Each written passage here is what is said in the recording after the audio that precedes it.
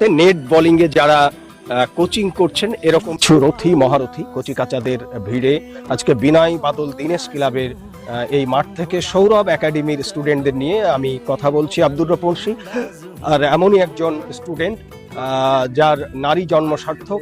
এরকম অসংখ্য নারী আমরা সানিয়া মির্জার নামও জানি, আর তিনি ক্রিকেটে অবদান রাখছেন। তোমার নামটা একটু বলবে? একদম, আরেকবার বলো নামটা একটু। সৌমিতা ঘোষ, প্লিজ। তো তোমার খেলার প্রতি আগ্রহ কবে থেকে? কি বাবা মা সাপোর্ট করে?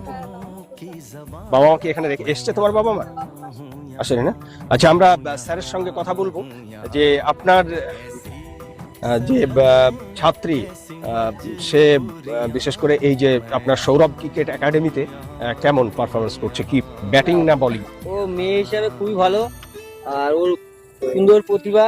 তো এটাই বলবো ও মানে মহিলা হয়ে যে এইভাবে এত দূর থেকে এসে প্র্যাকটিস করছে কন্টিনিউ, অসাধারণ। এরকম যদি প্রত্যেকটা মহিলা এরকম আগে আসে আমাদের একাডেমিতে, অবশ্যই আমি সামনের দিকে কেউ ইন্ডিয়া কেউ রাজ্যের হয়ে অবশ্যই খেলবে। আর ওর যা প্রতিভা, ওকে আমি সামনে কলকাতায় বড় ফার্স্ট ক্লাবের কথা হয়েছে, ওকে সিনিয়র টিমে খেলাবো ওই দেবীকে।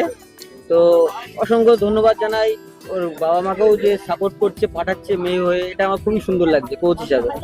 তো এটাই বলবো, আরো অনেকে আমার স্টুডেন্টরা আছে, ছেলেরা আন্ডার 13, 15, 18, তো সবাইকে বলবো আরো আগ্রহ হয়ে ক্রিকেটটা মাঠে আসতে।